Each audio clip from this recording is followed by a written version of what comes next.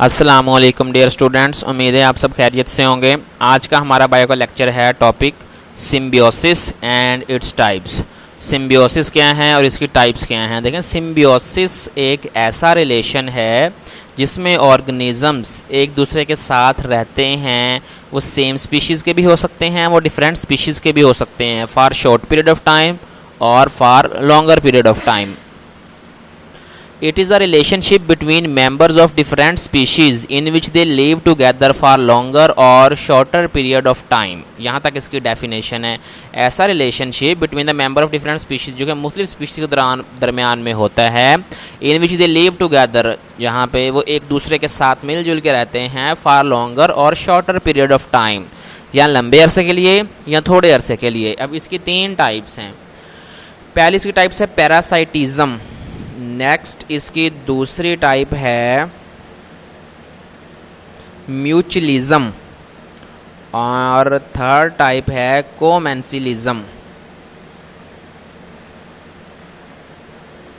देखें, सबसे पहले पैरासाइटिज्म का जब हम देखते हैं, लफ्ज़ सुनते हैं, तो हमारे माइंड में एक लफ्ज़ आता है parasite.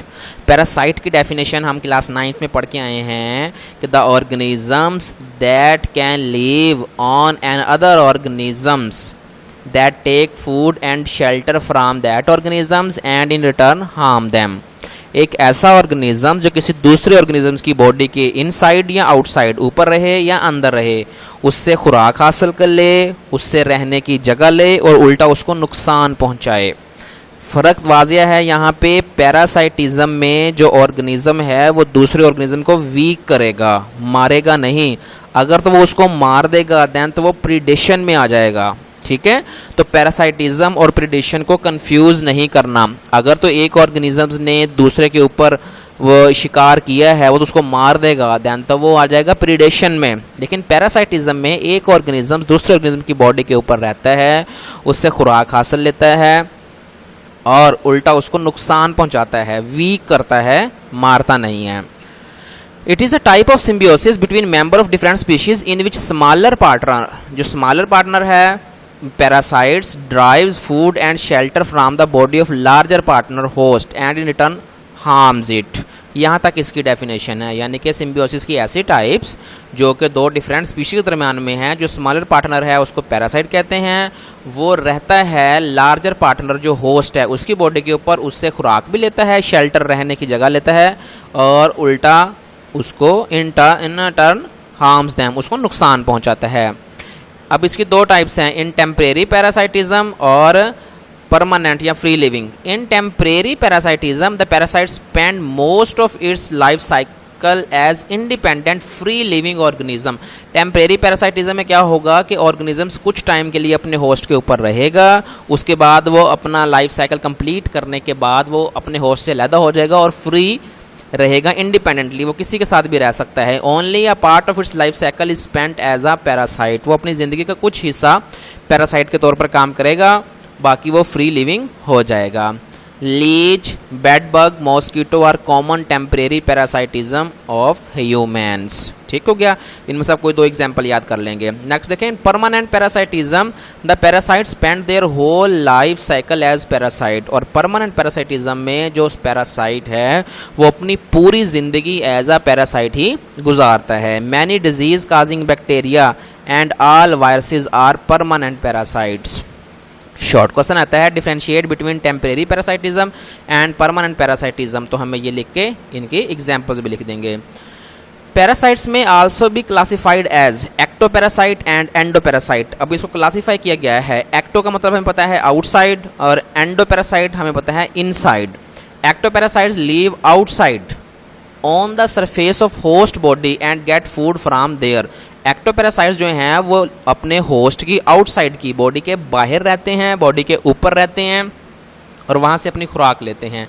Mosquito, leeches, lice are the examples of ectoparasite. Mosquito हैं, लीचीज हैं, लाइस हैं, ये जो हैं एक्टोपैरासाइट्स की एग्जाम्पल हो जाएंगी। जैसे कि ये देखें, ये लीचीज दिखाया गया है, ये मॉस्किटो दिखाया गया है। Endoparasites leaves inside the body of host and get food and shelter, यानी कि बॉडी के इन साइड पे रहते हैं। जैसे कि देखिए बैक्टीरिया है, वायरस है, टेपवर्म है, एस्कैरिज है, एंटमीबा है, plasmodium etcetera are the examples of endoparasites. ये सारे के सारे जो हैं एग्जांपल्स दी गई हैं, ये ऑर्गेनिजम्स की बॉडी के इन साइड पर रहती हैं। आप एटलीस्ट कोई सी 2 एग्जांपल्स याद कर लेंगे। आगे है some plants, example cuscuta also called dodder are parasites on other plants. अब प्लांट्स में भी पैरासाइटिज्म एग्जिस्ट करती है, जैसे कि ये डोडर प्लांट्स का है। Parasitic plants grow special type of roots haustoria into host body and suck the required nutrients from the vascular tissues of host. जैसे कि ये देखें हमें एग्जांपल दी गई है, इसके ऊपर ये प्लांट डेवलप हो रहा है, इसकी जो रूट्स बन रही हैं वो इसके इन साइड पे जो वास्कुलर टिश्यूज़ हैं जहाँ से इसको न्यूट्रिएंट्स लेना है वो रूट्स को वहाँ तक ले जाएगा और उसके जो रिक्वायरमेंट हैं न्यूट्रिएंट्स हैं जो कि उसको यानी कि वाटर चाहिए या खुराक चाहिए वो उससे लेके इसके ऊपर ज़िंदा रहेगा। अब देखें पैरासाइटिज्म हमने डिस्कस किया, एक ऑर्गेनिजम्स को तो फ़ायदा हो रहा है, दूसरे ऑर्गेनिजम्स को नुकसान हो रहा है। ठीक है, अब नेक्स्ट है म्यूचुअलिज्म। म्यूचुअल यानी कि आपस में मिलजुल के रहना। म्यूचुअलिज्म सिम्बियोसिस का एक ऐसी टाइप है जिसमें दोनों स्पीशीज़ को फ़ायदा होगा। ठीक है, अभी पिछला हमने पैरासाइटिज्म डिस्कस करके आए हैं। पैरासाइटिज्म में देखें जो पैरासाइट था उसको तो फ़ायदा हो रहा था, लेकिन जो होस्ट था उससे को वो नुकसान पहुंचा रहा था, वीक कर रहा था। लेकिन म्यूचुअलिज्म में दोनों स्पीशीज़ को ही फ़ायदा होगा, स्पीशीज़ आपस में मिलजुल के रहेंगी, उसमें दोनों का प्रॉफिट होगा। In this type of symbiotic interaction, both partners of different species get benefit and neither is harmed. यहाँ तक इसकी definition हो गई। एग्जाम्पल देखें, for example, termites eat wood but are not able to digest it. A protozoan lives in its intestine. It secretes cellulase enzymes to digest the cellulose of wood. In return, the termites provide food and shelter to the protozoan. अब ये देखें, ये हमें example दी गई है कि छोटा सा टर्माइट्स क्या होते हैं जिसको हम दीमक बोलते हैं, लकड़ी खाने वाले जो कीड़े होते हैं वो। अब जो टर्माइट्स है ये लकड़ी तो खा लेता है, लेकिन इस अब देखें अब यहाँ पे लफ्ज़ इस्तेमाल हुआ है एंजाइम सेल्यूलेज। हमें पता है कि लकड़ी जो है उसका मोस्टली जो कंपोनेंट्स हैं वो सेलुलोज से मिलकर बनी होती है। तो जब ये सेलुलोज लकड़ी खा लेगा, वो सेलुलोज से मिलकर बना है। अब टर्माइट की बॉडी के अंदर उस जो लकड़ी उसने खाई है उसके अंदर जो सेलुलोज है उसको डाइजेस्ट करने के लिए जो एंजाइम चाहिए सेलुलेज, वो उसकी बॉडी के अंदर नहीं बन पाता। अब क्या होता है कि एक छोटा सा प्रोटोजोआ, ठीक है, सिंगल सेल जो एनिमल हम कहते हैं जिसे, वो उसकी बॉडी के इनसाइड पे रहता है टर्माइट के। ठीक है, अब टर्माइट ये जो है प्रोटोजोआ, ये क्या करता है कि ये प्रोटोजोआ टर्माइट को सेलुलेज एंजाइम देता है जिससे लकड़ी डाइजेस्ट हो जाती है। टर्माइट का फ़ायदा हो गया। अब प्रोटोजोआ का फ़ायदा क्या है कि उसको इसकी बॉडी के अंदर प्रोटेक्शन मिल रही है। ठीक हो गया, देखें दोनों का फ़ायदा है। एक एग्जाम्पल ये हो गई।